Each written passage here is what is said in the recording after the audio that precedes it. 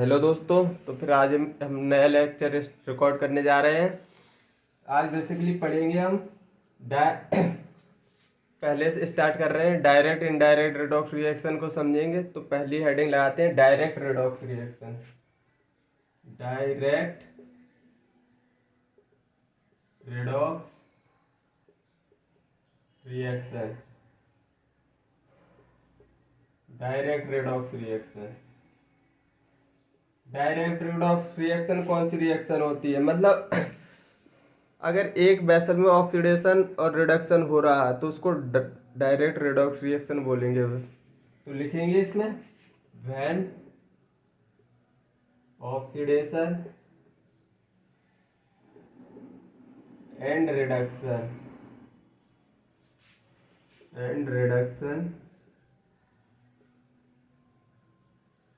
Takes place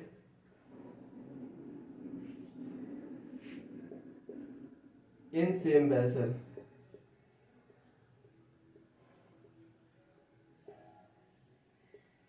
जैसे आज इसको समझने के लिए एक बीकर ले रहे हैं, इसमें एक आयरन की रॉड डाली। आयरन, इसमें सलूशन भरा है, जो ये है आयरन रॉड। इसमें एक सलूशन भरा है उसका कॉपर सल्फेट का ब्लू सलूशन है, ब्लू। तो कुछ टाइम बाद इधर कुछ डिपोजिशन स्टार्ट हो जाएगी और ये कलर होगा जो बीकर में, ये blue colour become fade. Blue colour become fade हो जाएगा। जैसे रिएक्शन कैसे चलेगी? Iron plus copper sulphate gives copper plus iron sulphate equals. कुछ ये रिएक्शन होती है। ये एक्सपेरिमेंट आई थिंक तुमने 9th या 10th में किया होगा, डायरेक्ट रेडॉक्स रिएक्शन का, बस नाम नहीं बताया होगा सर ने। आओ पढ़ेंगे indirect redox reaction. Indirect redox reaction. Indirect redox reaction कौन सी रिएक्शन होती है? Reaction with when oxidation and reduction occur in different vessels. Occur in different vessels. जब ऑक्सीडेशन और रिडक्शन दो अलग अलग बर्तन में या वेसल में कराई जाए तो उसको इनडायरेक्ट रेडॉक्स रिएक्शन बोलते हैं। बेसिकली ये इलेक्ट्रोकेमिस्ट्री में पूरा इनडायरेक्ट रेडॉक्स रिएक्शन ही है। मतलब उसमें दो बीकर होंगे, एक में ऑक्सीडेशन हो रही होगी, एक में रिडक्शन, जो कि हम इलेक्ट्रोकेमिस्ट्री में अच्छे से पढ़ेंगे। इधर ही इसका समाप्त करते हैं।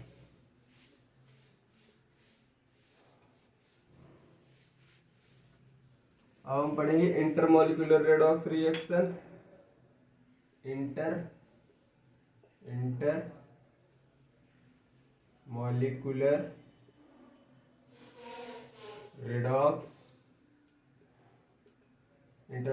Redox reaction.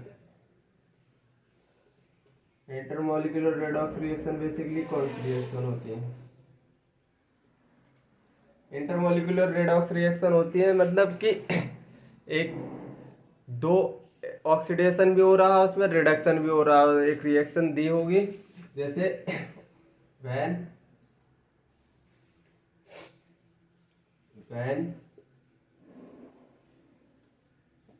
two substance react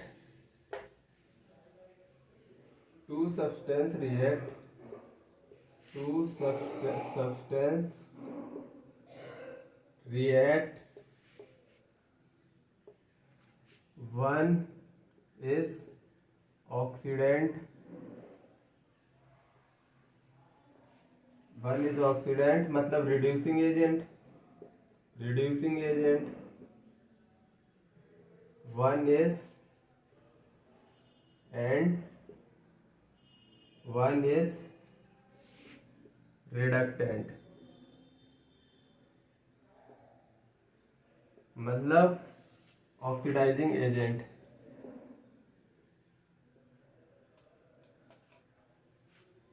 to substance react, तो इसका एक एग्जांपल लेते हैं जिंक। अभी मैं एग्जांपल से समझा रहा हूँ। कॉपर सल्फेट, जिंक है plus copper sulphate gives copper plus zinc sulphate. अब बताना तुम, जिंक इनिशियली है अपने ओरिजिनल स्टेट में, नेचुरल स्टेट में, तो इसकी ऑक्सीडेशन स्टेट 0 रहेगी। कॉपर की +2, इधर कॉपर की 0 हो जाएगी क्योंकि फ्री स्टेट में है। जिंक इधर हो जाएगा +2 क्योंकि सल्फेट है -2, ये हो जाएगा +2। तो देखो जिंक क्या हो रहा है, जिंक का क्या हो रहा है ऑक्सीडेशन, क्योंकि चार्ज बढ़ रहा है मतलब ऑक्सीडेशन नंबर बढ़ रहा है, मतलब क्या हो रहा है ऑक्सीडेशन, ऑक्सीडेशन, ऑक्सीडेशन हो रहा है। तो मतलब ये किस तरह बिहेव करेगा, रिड्यूसिंग एजेंट की तरह, मतलब रिड्यूसिंग एजेंट की तरह बिहेव करेगा। अब ऐसी कॉपर को देखो,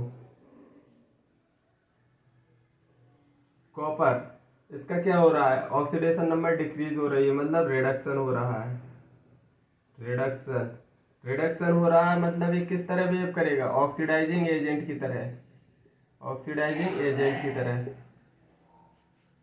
तो देखो अब तुमको इंटरमोलिकुलर रिडॉक्स रिएक्शन समझ में आई होगी।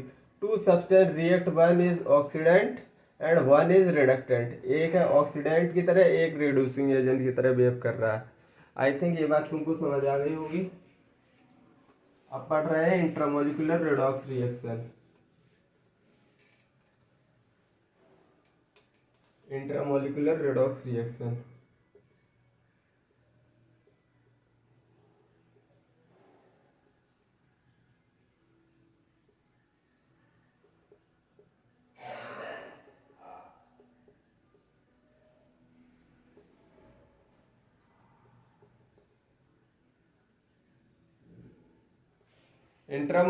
इंट्रामोलिकुलर रिडॉक्स रिएक्शन क्या होती है, बेसिकली इसमें एक ही कंपाउंड के अंदर एक ही कंपाउंड दिया होगा, उसमें एक एलिमेंट ऑक्सीडाइज हो रहा होगा और उसी कंपाउंड का दूसरा एलिमेंट रिड्यूस हो रहा होगा।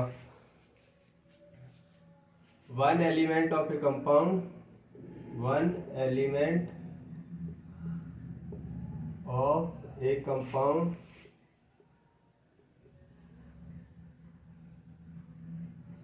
is oxidized and other element of same compound, other element of same compound, same compound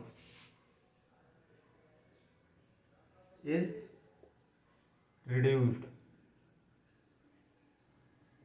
मतलब एक ही कंपाउंड दिया होगा, उसी में ऑक्सीडेशन और रिडक्शन हो रहा होगा डिफरेंट डिफरेंट एलिमेंट का। देखो जैसे ammonium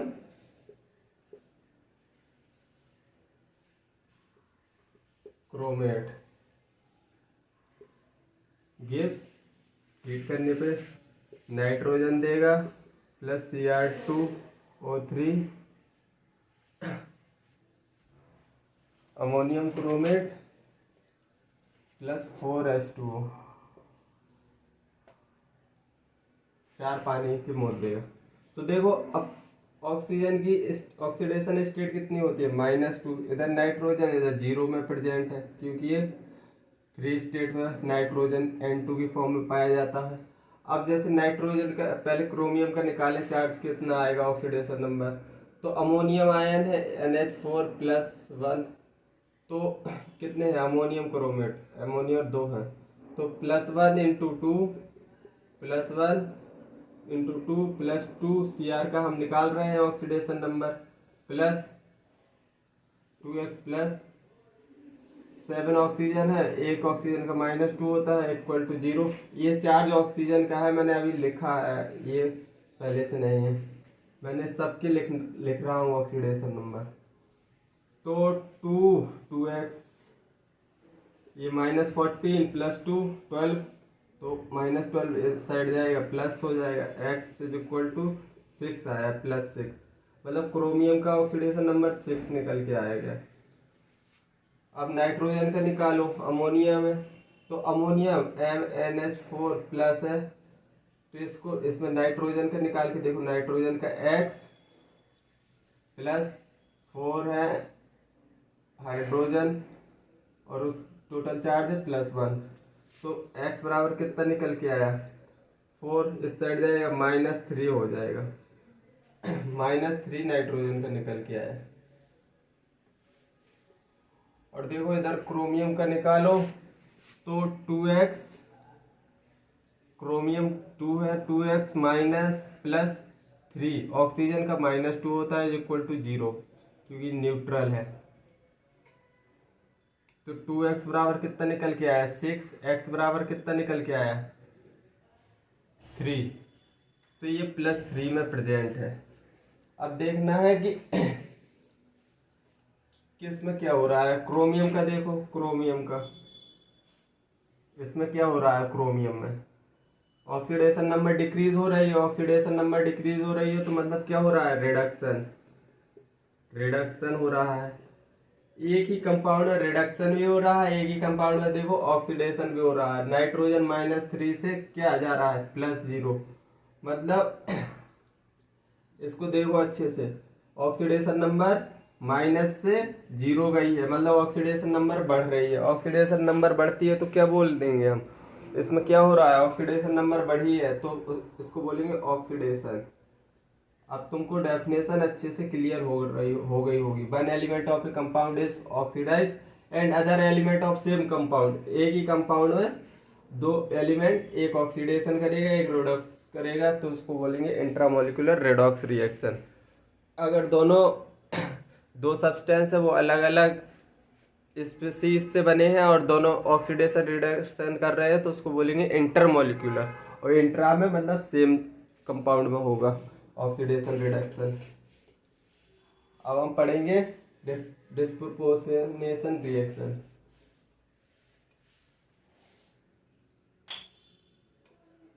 disproportionation reaction, disproportionation reaction, disproportionation reaction क्या होती है, तो मतलब अगर इसकी डेफिनेशन लिखने जाएंगे, in the same in A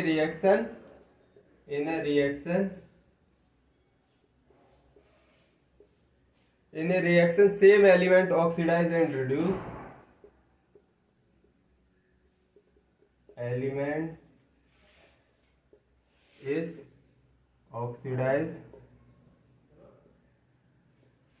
and reduce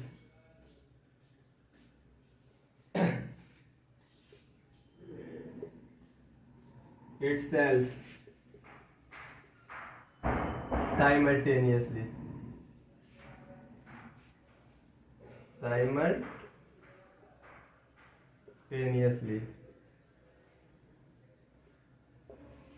ये रिएक्शन है। In reaction same element is oxidise and reduce itself simultaneously. अब इसको समझने के लिए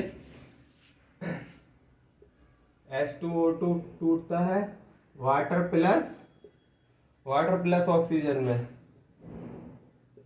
अब देखो इधर ऑक्सीजन पे क्या है -1, इधर ऑक्सीजन पे है 0 चार्ज, और इधर कितना आएगा -2। हाँ तो देखो अब ऑक्सीजन को देखो, ऑक्सीडेशन नंबर क्या कम हो रही है, मतलब इधर हो रहा है रिडक्शन,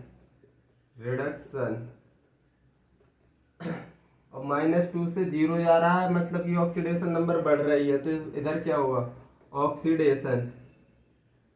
अब तुमको डेफिनेशन क्लियर हो गई होगी। In reaction same element is oxidise, मतलब सेम एलिमेंट ऑक्सीजन ऑक्सीडाइज हो रहा है, ऑक्सीजन ही रिड्यूस हो रहा है, मतलब कि इसको बोलेंगे डिस्प्रोपोर्शनेशन रिएक्शन। ये इंपॉर्टेंट रिएक्शन है।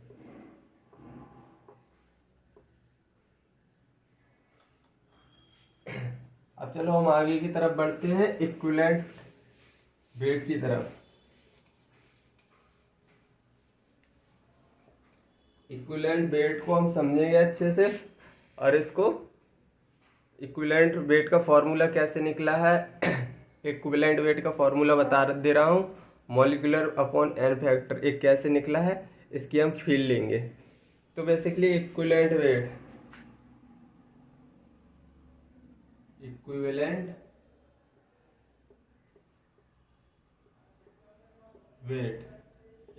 वेट क्या होता है? Weight of element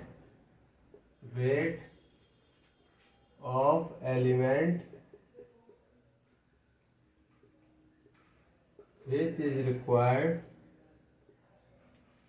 is required to react or liberate 1 gram of hydrogen। ये बेसिकली एलिमेंट के लिए एप्लीकेबल है। 1 ग्राम हाइड्रोजन, 35.5 ग्राम क्लोरीन और 108 ग्राम सिल्वर, 108 ग्राम सिल्वर और 8 ग्राम ऑक्सीजन। किसी भी एलिमेंट का वो मास जो किसी भी एलिमेंट का वो अमाउंट जो इन सब अमाउंट से मतलब रिएक्ट करे, तो उसको इक्विवेलेंट वेट मैं अभी प्रूव करके बता रहा हूँ इस डेफिनेशन का मतलब। तो सपोज दैट हम एक रिएक्शन लेंगे, एक रिएक्शन ले रहे हैं, पहली Mg plus O2 gives 2MgO, 2Mg मतलब ये बेसिकली इक्विवेलेंट वेट क्या है? एक एक ऐसा एलिमेंट, मतलब वो एक ऐसा अमाउंट किसी एलिमेंट का जो इन सब से रिएक्ट कर जाए। तो अब मैं इसको प्रूव करने जा रहा हूँ कि ये डेफिनेशन का मतलब समझाने जा रहा हूँ। तो मतलब 8 ग्राम ऑक्सीजन और 2 ग्राम मैग्नीशियम का वेट 24 होता है। तो मतलब जैसे बैलेंस रिएक्शन होनी चाहिए, बैलेंस रिएक्शन ऑक्सीजन के लिए समझा रहा हूँ मैं। तो 1 मोल ऑक्सीजन, देखो अगर इसके आगे कुछ नहीं लिखा है तो 1 है। 1 मोल ऑक्सीजन कितने मोल से रिएक्ट कर रहा है? 2 मोल मैग्नीशियम से।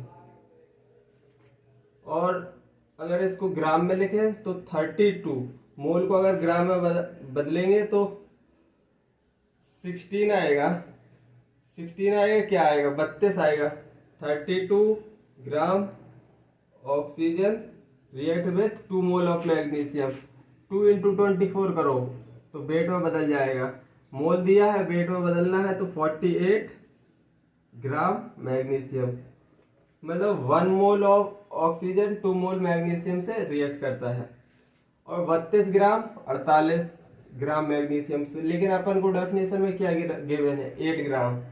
मतलब 8 ग्राम ऑक्सीजन कैसे?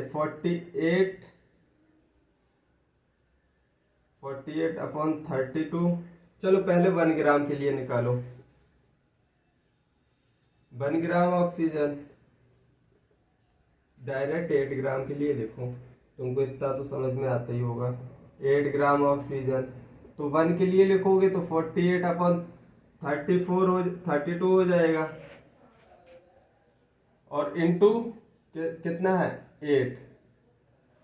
अगर 8 को हम 8 से काटेंगे 4 टाइम्स कटेगा, इधर 2 से काटेंगे 2 4 जा 8, 2 2 जा 4, मतलब इधर निकल के आया 24/2। तो देखो इसमें एक चीज समझने की है, मैग्नीशियम का वेट कितना होता है 24, और मैग्नीशियम का एन फैक्टर कितना होता है 2। तो मतलब इक्विवेलेंट वेट का फॉर्मूला क्या निकल के आएगा, वेट अपॉन ये क्या है वैलेंसी है 2 एन फैक्टर। देखो अभी मैंने किसके लिए प्रूफ किया है, ऑक्सीजन के लिए, मतलब ऑक्सीजन। अभी मैं रेफरेंस बदल दूंगा फिर भी यही निकल के आएगा। अब रेफरेंस बदल रहा हूं मैं,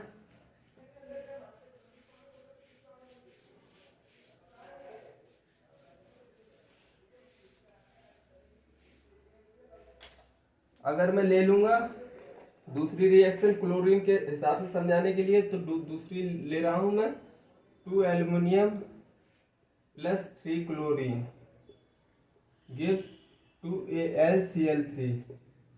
तो देखो अब मैं क्लोरीन के हिसाब से समझाने जा रहा हूँ। तो 3 मोल क्लोरीन के कितने 2 मोल एल्युमिनियम से रिएक्ट कर रहे हैं या नहीं, मतलब लिखेंगे 3 mole chlorine react with 2 mole aluminium, 2 mole aluminium और 1 मोल क्लोरीन।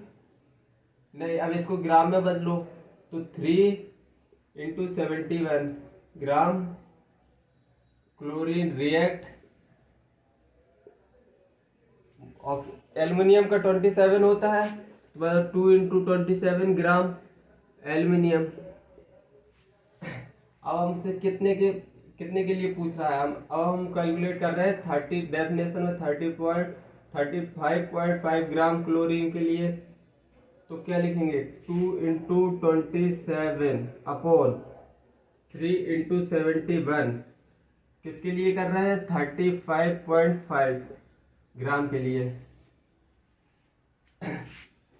तो देखो हम क्लोरीन के, हाँ क्लोरीन के, तो 9 टाइम्स ये कटेगा, इसको पूरा पूरा नहीं काटना है, इसको 35 से 2 टाइम्स कटेगा, इधर क्या था 27, 9 टाइम्स,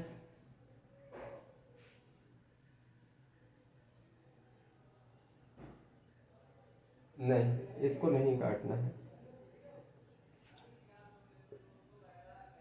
27 हाँ मोल ऑफ एल्युमिनियम। देखो इससे ये कट गया, 2 से 2 कट गया, तो क्या निकल के आया 3 को रहने दो, 3 से मत काटो, 27/3 निकल के आया। तो एल्युमिनियम का वेट कितना होता है 27, इक्विवेलेंट वेट देखो कैसे आया, molecular weight upon n factor, molecular weight upon n factor. देखो एल्युमिनियम का वेट कितना है 27, एन फैक्टर 3 आ रहा है इसमें। एल्युमिनियम का मॉलिक्यूलर वेट होता है 27 और उसका चार्ज होता है 3, तो क्या निकल के आया ये अभी आपने निकाला डेफिनेशन के हिसाब से, molecular weight upon n factor ही तो लिखा है ये। चलो एक के लिए और समझा दे रहा हूँ।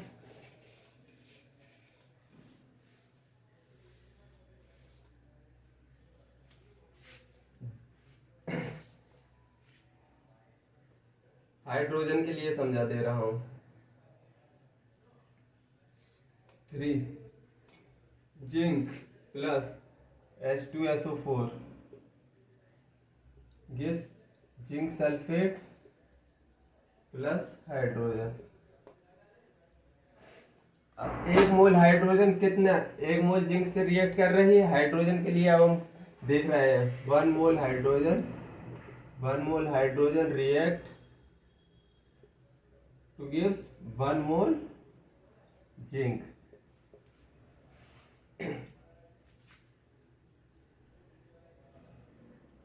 और 1 मोल हाइड्रोजन है तो इसको ग्राम में बदलेंगे, तो 2 ग्राम हाइड्रोजन रिएक्ट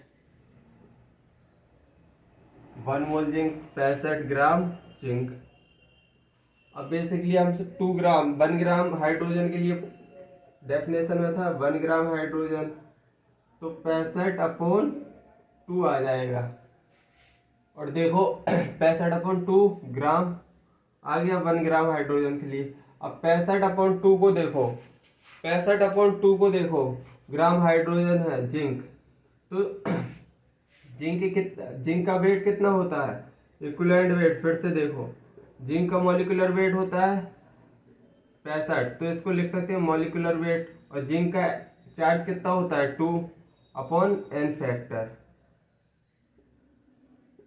अब तुमको समझ में आ गया होगा इक्विवेलेंट वेट किसी एलिमेंट का एक ऐसे अमाउंट, कोई एक ऐसा अमाउंट जो किसी एलिमेंट का जो सब अमाउंट से रिएक्ट कर जाए, जैसे 1 ग्राम हाइड्रोजन से या 35.5 ग्राम क्लोरीन से या फिर 108 ग्राम सिल्वर से, मतलब जो जो डेफिनेशन में है सबसे। चलो अब आगे बढ़ते हैं। अब एन फैक्टर, ये तुमको इक्विवेलेंट वेट का मतलब समझ में आ गया। इक्विवेलेंट वेट क्या, इक्विवेलेंट वेट का formula molecular weight upon n factor. अपन को किसी चीज से मतलब नहीं रखना है, जितना पढ़ा है अगर वो सब भूल भी जाओ, नहीं भी समझ आया होगा, तो उससे हमको ज़्यादा लेना देना नहीं है, सिर्फ इस फॉर्मूले से लेना देना है। अगर ये फॉर्मूला याद है molecular weight upon n factor, मतलब तुमने अभी तक इतना ही पढ़ा। तो n factor basically n factor होते हैं जो वो ऑलवेज कैलकुलेटेड फॉर 1 मोल, हमेशा 1 मोल के लिए कैलकुलेट होते हैं, ऑलवेज कैलकुलेटेड फॉर 1 मोल, 1 मोल के लिए कैलकुलेट होते हैं। इट में एन फैक्टर में भी पॉजिटिव भी होता, नेगेटिव भी होगा, फ्रैक्शनल भी हो सकता है। और इसमें थर्ड पॉइंट है, it is an factor calculated किस किस के लिए कैलकुलेटेड होता है, फॉर एलिमेंट के लिए भी हो सकता है, कंपाउंड के लिए भी, ऑक्सीडाइजिंग एजेंट के लिए भी, रिड्यूसिंग एजेंट के लिए भी, और एसिड बेस साल्ट के लिए भी। देखो ये मैं साल्ट और बेस और एसिड का मैं तुमको पढ़ा चुका हूँ लास्ट लेक्चर, मतलब लास्ट जो क्या चला था लास्ट में मोल कंसेप्ट में, उधर लास्ट में पढ़ाया था मैंने n factor of acid base and salt का। और इसमें बेसिकली हम फोकस करेंगे ऑक्सीडेशन एजेंट और रिड्यूसिंग एजेंट का, और आयंस के लिए भी देखेंगे। इस रेडॉक्स रिएक्शन में मेनली फोकस हमारा ऑक्सीडाइजिंग एजेंट और रिड्यूसिंग एजेंट पे फोकस रहेगा कि उसका एन फैक्टर कैसे निकालते हैं, वो हम निकाल के देखेंगे। लेकिन अगले लेक्चर में, आज मैं पढ़ा दे रहा हूँ नॉर्मलिटी, क्योंकि मैंने तुमको नॉर्मल पढ़ा भी दी थी, लेकिन तुमको डेरिवेशन कहाँ से निकला क्या थोड़ी फील नहीं आई होगी। नॉर्मलिटी आज अच्छे से पढ़ा दे रहा हूँ तुमको। आज इक्विवेलेंट वेट समझाया है मैंने, मतलब इक्विवेलेंट वेट को तुमको कुछ नहीं, सिंपली वो क्लासिकल कंसेप्ट था, उसके बारे में कुछ ज़्यादा याद नहीं रखना, सिर्फ इतना याद रखना है equivalent weight is equal to molecular weight upon n factor. तो नॉर्मलिटी क्या होता है, normality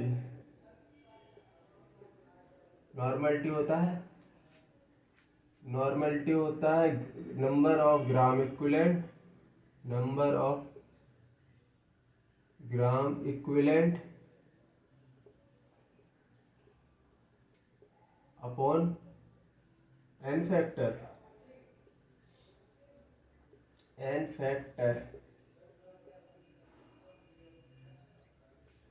volume of solution, volume in litre. Normality का एक फार्मूला होता है। और ग्राम इक्विवेलेंट क्या होते हैं, ग्राम इक्विवेलेंट होते हैं ग्राम, अगर ग्राम इक्विवेलेंट को लिखे तो weight of solute upon equivalent weight. Equivalent weight. Equivalent weight का फॉर्मूला क्या पढ़ा था? अभी हम इसको ड्राइव कर रहे हैं, ग्राम इक्विवेलेंट। तो वेट अपॉन इक्विवेलेंट वेट को normally molecular weight into n factor लिख सकते हैं या नहीं? और ये टोटल क्या है? वेट अपॉन मॉलिक्यूलर वेट क्या है? तो ग्राम इक्विवेलेंट का एक फॉर्मूला निकला है, ये मोल बन गए हैं अब, मोल इंटू एन फैक्टर, जो कि ये फॉर्मूला तुमको याद रखना है, gram equivalent mole into n factor. अब देखो ग्राम इक्विवेलेंट का एक फॉर्मूला, नॉर्मलिटी का एक फॉर्मूला वो है। अब देखो नॉर्मलिटी बराबर number of gram equivalent, normality अगर लीटर में वॉल्यूम में लिखेंगे तो 100 उधर चला जाएगा। नॉर्मलिटी क्या है? Number of gram equivalent upon volume. Number of gram equivalent की जगह मैं क्या लिख सकता हूँ? N into n factor. अभी मैंने ड्राइव किया, नंबर ऑफ ग्राम इक्विवेलेंट की जगह एन इंटू एन फैक्टर लिख सकता हूँ अपॉन वॉल्यूम इन लीटर। और mole upon volume in litre, इसको क्या पढ़ेंगे हम? इसको क्या पढ़ते हैं? इसको क्या बोलते हैं? Molarity into n factor. ये एक दूसरा रिलेशन निकला है जो कि बहुत इंपॉर्टेंट रिलेशन है। नॉर्मलिटी मोलरिटी एन फैक्टर का रिलेशन ये है जो कि अभी मैंने ड्राइव किया। नॉर्मलिटी बराबर सिंपली होता है number of gram equivalent upon volume, और ग्राम इक्विवेलेंट का फॉर्मूला होता है weight of solute upon equivalent weight. Equivalent weight का फॉर्मूला होता है molecular weight upon n factor. तो अपॉन वाला एन फैक्टर इधर गया, तो वेट अपॉन मॉलिक्यूलर वेट क्या बन गया? मोल, इंटू एन फैक्टर है ग्राम इक्विवेलेंट। अब normality simply number of gram equivalent वो इधर रख दिया, तो simply mole upon volume in litre क्या बन गया? मोलरिटी। अब देख लो, तो आई थिंक इतना तुमको समझ आया होगा।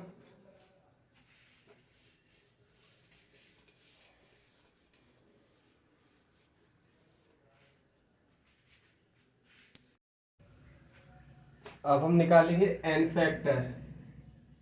एन फैक्टर किसका निकालेंगे हम? बेसिकली ऑक्सीडाइजिंग एजेंट और रिड्यूसिंग एजेंट का। Oxidising agent, n factor of oxidising agent और reducing agent.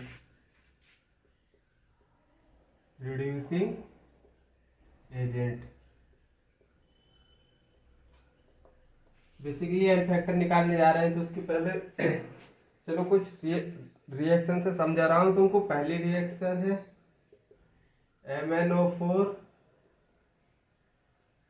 MnO4 negative gives Mn+2।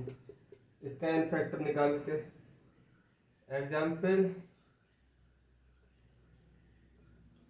MnO4 negative gives MnO2। Third example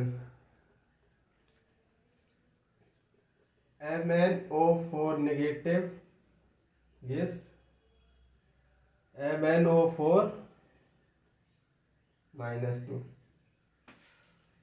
तो इसके एन फैक्टर बताना है कैलकुलेट करके। तो देखो कैसे निकालते हैं। सपोज दैट हमको Mn का निकालना है एन फैक्टर। तो सबसे पहले इस पे Mn पे चार्ज कितना है? Mn पे चार्ज है +7।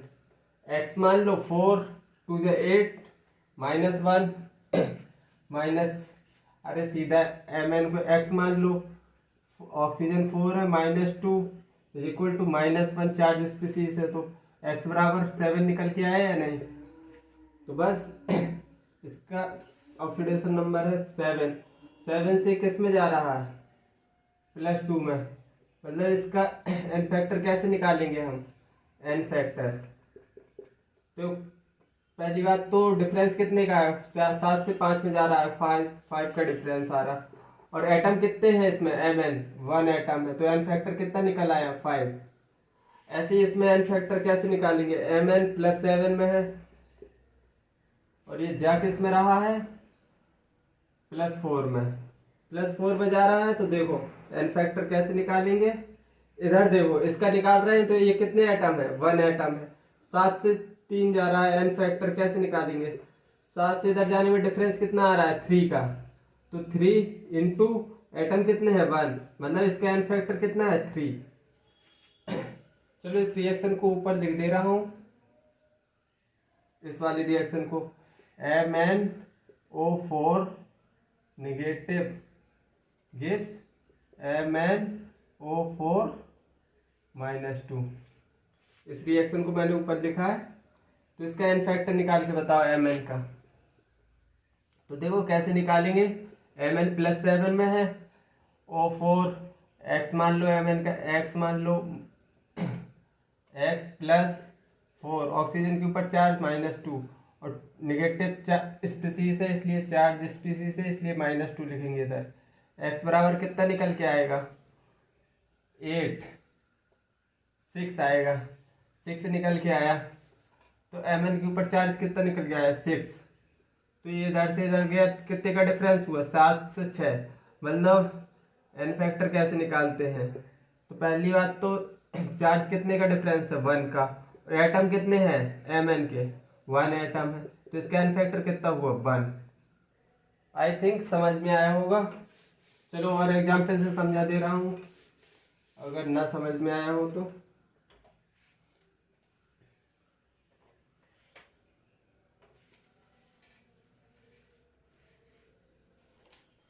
तीसरा एग्जाम्पल, Cr2O7 -2, ये किस में जा रहा है, Cr क्रोमियम +3 में जा रहा है। एग्जाम्पल एक और देखो, S2O3 किस में जा रहा है, -2 है, जा रहा है S4O6 नेगेटिव 2 नेगेटिव। तीसरा एग्जाम्पल एक और देख लो, I2 किस में जा रहा है, IO3 नेगेटिव। अब इसके एन फैक्टर निकाल के बताओ। तो क्रोमियम का कितना होगा, निकालो, 2x +7 ऑक्सीजन है, एक ऑक्सीजन के ऊपर -2 चार्ज स्पीसीज है इसलिए बाद में -2 लिखेगा क्योंकि ओवरऑल चार्ज -2 है। तो 2x बराबर 7×2 14 उधर जाएगा, 14 उधर गया, 12 बन गया, 12 x 6 निकल के आया, मतलब क्रोमियम के ऊपर +6 का चार्ज है। अब देखो इस क्रोमियम के ऊपर +3 है, तो इधर से अगर हम इधर जाएंगे, इस क्रोमियम का निकालना है, इधर सल्फर का निकालना है, इधर आयोडीन का निकालना है। तो कितने का डिफरेंस है चार्ज में, 3 का डिफरेंस है, तो एन फैक्टर कैसे निकालेंगे, चार्ज डिफरेंस कितने का है 3 का, टोटल नंबर ऑफ एटम कितने हैं इसमें 2, तो एन फैक्टर कितना निकल के आया 6। ऐसे ही इसमें देखो सल्फर का ऑक्सीडेशन नंबर निकाल के बताओ, 2x प्लस ऑक्सीजन का -2, 3 ऑक्सीजन है और चार्ज स्पीसीज है -2 लिखेंगे। तो 2x प्लस नहीं इज इक्वल टू 3 दूनी 6, उधर जाएगा 4 बचेगा, x बराबर 4 निकल के आया 2, तो इस पे चार्ज कितना है +2। और इधर देखो S4O6 का निकालो, S4 का 4x प्लस 6, एक ऑक्सीजन -2 होता है इज इक्वल टू -2। अब 4x इज इक्वल टू 6 दूनी 12, उधर गया 10 बचेगा, x बराबर कितना निकल के आया 2.5 प्लस का 2.5 निकल के आया। अब देखो इधर से अगर तुम इधर जाओगे तो कितना चार्ज में डिफरेंस आ रहा है, एन फैक्टर निकालेंगे तो चार्ज में कितना डिफरेंस है 0.5 का 0.5 इंटू कितने एटम है, 2 एटम है। सल्फर के कितने एटम है, 2। जिसका एन फैक्टर निकाल रहे हैं उसका देखा करो कि उसके नंबर ऑफ एटम कितने हैं। पहले चार्ज डिफरेंस देख लो, फिर नंबर ऑफ एटम देख लो। नंबर ऑफ एटम 2 है तो इसमें मतलब एन फैक्टर कितना निकल के आया, 1। अब ऐसे आयोडीन में देख लो, आयोडीन इन इस फ्री स्टेट में 0 रहेगा।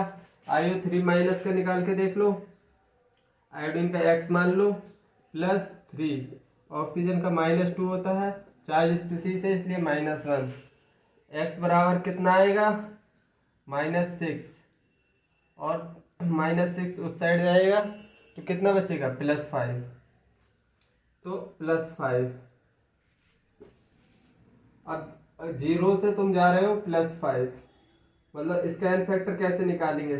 चार्ज डिफरेंस कितने का है, 5 का। आयोडीन के कितने एटम है, 2, तो इसका एन फैक्टर कितना निकल गया है, 10। आई थिंक तुमको अब एन फैक्टर निकालना ऑक्सीडाइजिंग एजेंट में आ गया होगा, ऑक्सीडाइजिंग और रिड्यूसिंग एजेंट में।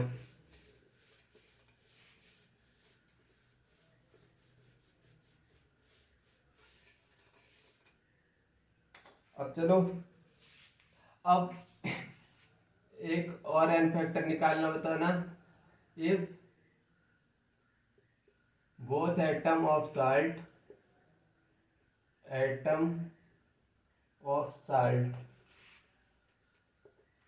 undergo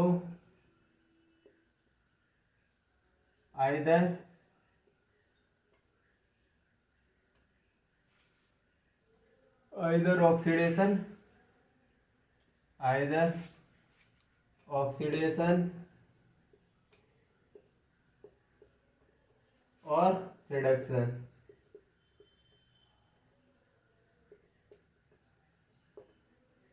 बोथ एटम, अगर दोनों एटम ऑक्सीडाइज हो रहे हो या दोनों एटम रिड्यूस हो रहे हैं तो उसका एन फैक्टर कैसे निकालते हैं, एन फैक्टर N1 + N2। अब देखो इसको एग्जाम्पल से करवा दे रहा हूं, तुमको सेट हो जाएगा दिमाग में। इसका एग्जाम्पल लेते हैं, example copper sulphide example gives copper plus sulphate. देखो अब कॉपर किस में प्रेजेंट है, कॉपर देखो किस में प्रेजेंट है, 2x, सल्फर का -2 होता है, 2x - 2 = 0। x बराबर कितना निकल के आया, 1 + 1 निकल के आया, और सल्फर है -2 में। अब देखना कॉपर इधर है फ्री स्टेट में तो इधर आएगा 0। अब इधर सल्फर का देखो, सल्फर का इसमें SO2 में कितना निकल के आ रहा है, SO4 में।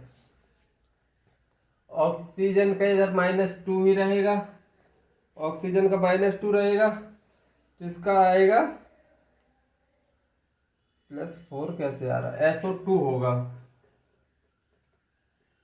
तो इधर आएगा +4। तो देखो कॉपर इधर से क्या हो रहा है, कॉपर का क्या हो रहा है, रिडक्शन हो रहा है या नहीं। कॉपर इधर +2 में है, +2 में, तो कॉपर का क्या हो रहा है, कॉपर का ऑक्सीडेशन हो रहा है या नहीं। कॉपर का ऑक्सीडेशन हो रहा है, एन फैक्टर इसका कैसे निकालेंगे। एक पॉजिटिव एक बढ़ रहा है, +1 से +2 जा रहा, चेंज कितने का आ रहा है, +1 का। कॉपर कितने हैं, 2, तो इसका एन फैक्टर कितने निकलेगा, 2।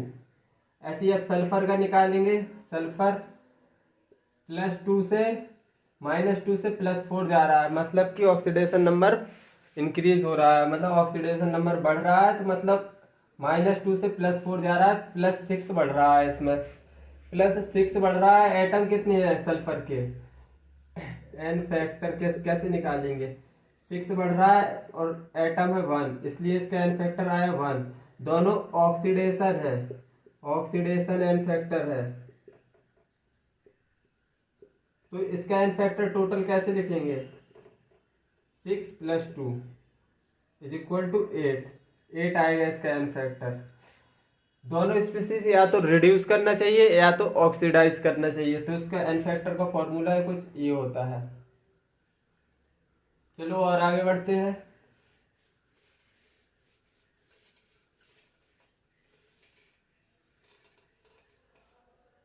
If 1 atom of salt undergoes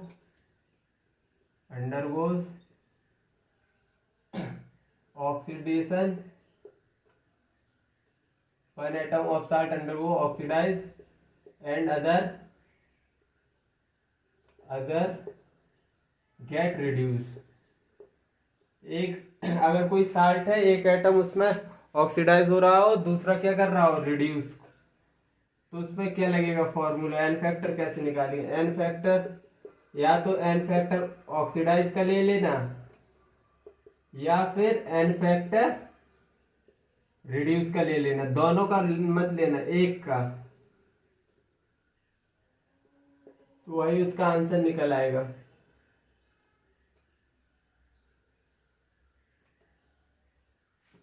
तो जैसे एक एग्जांपल ले रहे हैं, KCl3 KClO3 gives KCl plus O2।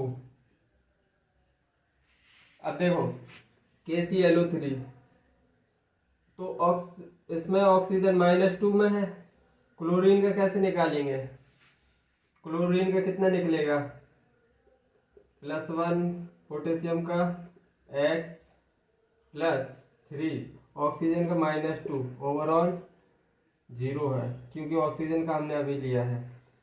तो X कितना निकल के आया, -4, +3 निकल के आया या नहीं। Cl का 3, 2, 5 ओवरऑल मॉलिक्यूल है, ओवरऑल मॉलिक्यूल है इज इक्वल टू -2, ये -2 चार्ज लगा है इधर। KClO3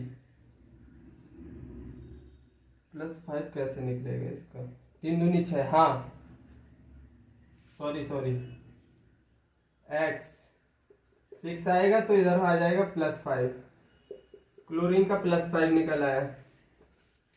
क्लोरीन का जैसे +5 निकला, इधर देखो क्लोरीन का कितना निकलेगा, ये +1 तो इधर आएगा -1, क्लोरीन का माइनस। ऑक्सीजन इधर कितने में है, 0, अपने नेचुरल स्टेट में प्रेजेंट है, फ्री स्टेट में, तो ऑक्सीजन इधर से इधर जा रहा है, तो इस ऑक्सीजन का कितना एन फैक्टर कैसे निकालोगे, चार्ज का डिफरेंस कितना आ रहा है, -2 से 0 पे जा रहा है, मतलब रिडक्शन हो रहा है इधर, रिडक्शन। तो एन फैक्टर कैसे निकालेंगे, 3 × 2, और टोटल एटम इतने हैं, चार्ज डिफरेंस पहले के बताओ, -2, मतलब 2 का चार्ज डिफरेंस, एटम कितने हैं ऑक्सीजन के 3, तो कितना निकल के आया 6, तो मतलब इसका आंसर 6 है। अब चलो तुम ऑक्सीडाइज का भी देख लो, जैसे ऑक्सीडेशन किसका हो रहा है, क्लोरीन का देख लो, क्लोरीन का क्या हो रहा है, रिडक्शन इसका भी हो रहा है क्या, इसका ऑक्सीडेशन हो रहा है, -2 से जा रहा है किस में, 0 में, मतलब कि ऑक्सीडेशन स्टेट बढ़ रही है, ऑक्सीडेशन नंबर बढ़ रहा है। इसमें देखो +5 से -1 में जा रहा है, मतलब इसका ऑक्सीडेशन नंबर कम हो रहा है, मतलब ऑक्सीडेशन रिडक्शन देख लो, रिडक्शन का एन फैक्टर, तो +5 से -1 में जा रहा है, तो टोटल चार्ज डिफरेंस 6 आया। क्लोरीन के एटम कितने हैं, 1, मतलब 6, इसका चाहे एन ऑक्सीडाइज लिख दो या एन रिड्यूस, कुछ भी निकाल लो, वही आंसर होगा उसका। चलो एक और केस बता दे रहा हूँ, फिर अपन लोग एंड करेंगे।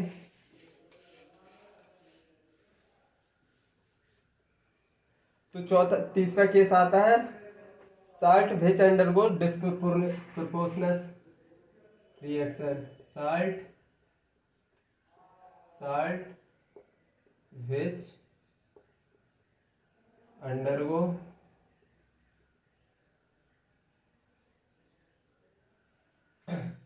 undergoes डिस्प्रपोर्शन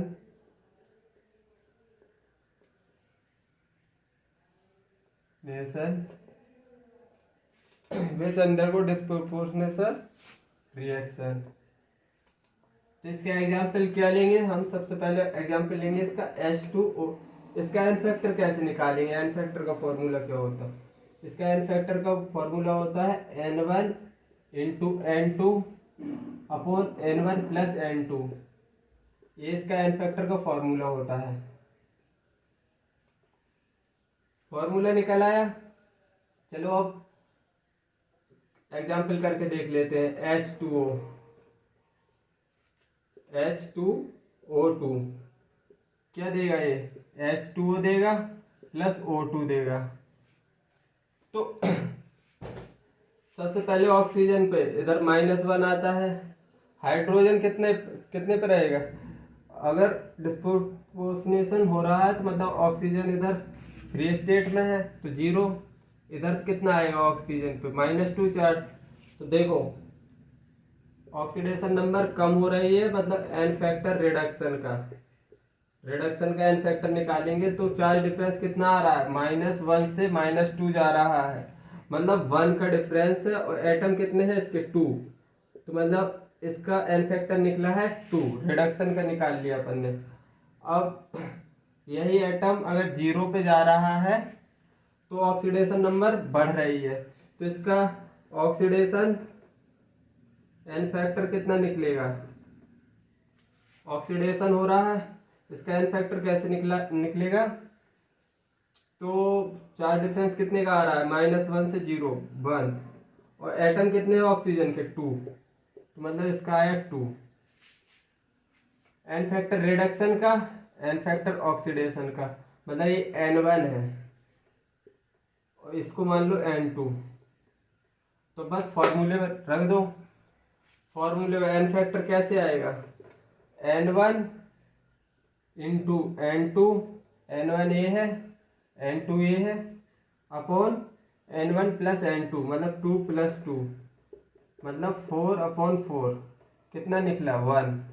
इसका एन फैक्टर 1 है इस डिस्प्रोपोर्शनेशन रिएक्शन का। ठीक है, तो आज का लेक्चर इधर ही समाप्त करते हैं। आई थिंक तुमको समझ आया होगा। बस आज मन से पढ़ते रहो और अपनी पढ़ाई अच्छे से करते रहो।